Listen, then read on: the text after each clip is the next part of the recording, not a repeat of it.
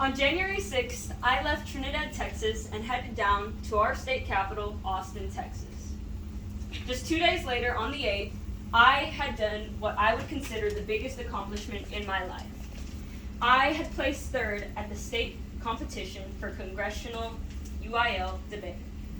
Now, you may ask, why do you consider this your biggest accomplishment instead of any other of the massive things you've done in your life?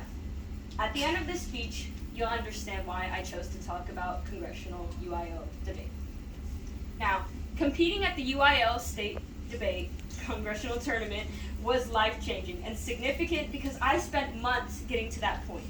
I didn't expect to place that high, and it gave me goals to reach at the next state meet.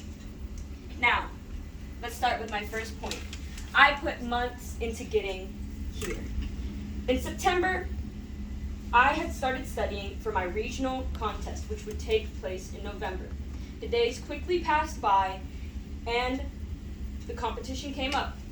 I barely scraped by, and I had placed third. I was state-bound. In December, I had studied and prepped for state, and by January 6th, I was on the road to Austin. The very next day, on the 7th, I broke finals. That night, I had stayed up until 2 a.m. editing my speeches for finals based on the ballots I had received in preliminaries. Hours later, I competed in finals. At the awards ceremony later that day, I learned I had placed third place. After 5 months of work, I had placed third. I didn't even expect to make it to finals. This brings me to my second point. I didn't expect to get so far. This was my first time at state for both me and my program. We hadn't gotten a debate team until my freshman year, and I was a sophomore. I had only 1 year of debate experience. I was barely seasoned, and I had barely broke to state from region. Other people from my region didn't believe in me, and everyone at state knew everybody, except for me. Despite this, I pushed to do my best because I didn't want to go there looking like I knew nothing. And so I went with confidence and passion in my work, and that is what took me to third place. I learned that I can do good with a fight. This brings me to my third point. This gives me goals for January. My first goal is to remember that my work is subjective to the judges, as is any art, so I shouldn't upset myself no matter the results. I should learn from what I do and what I understand.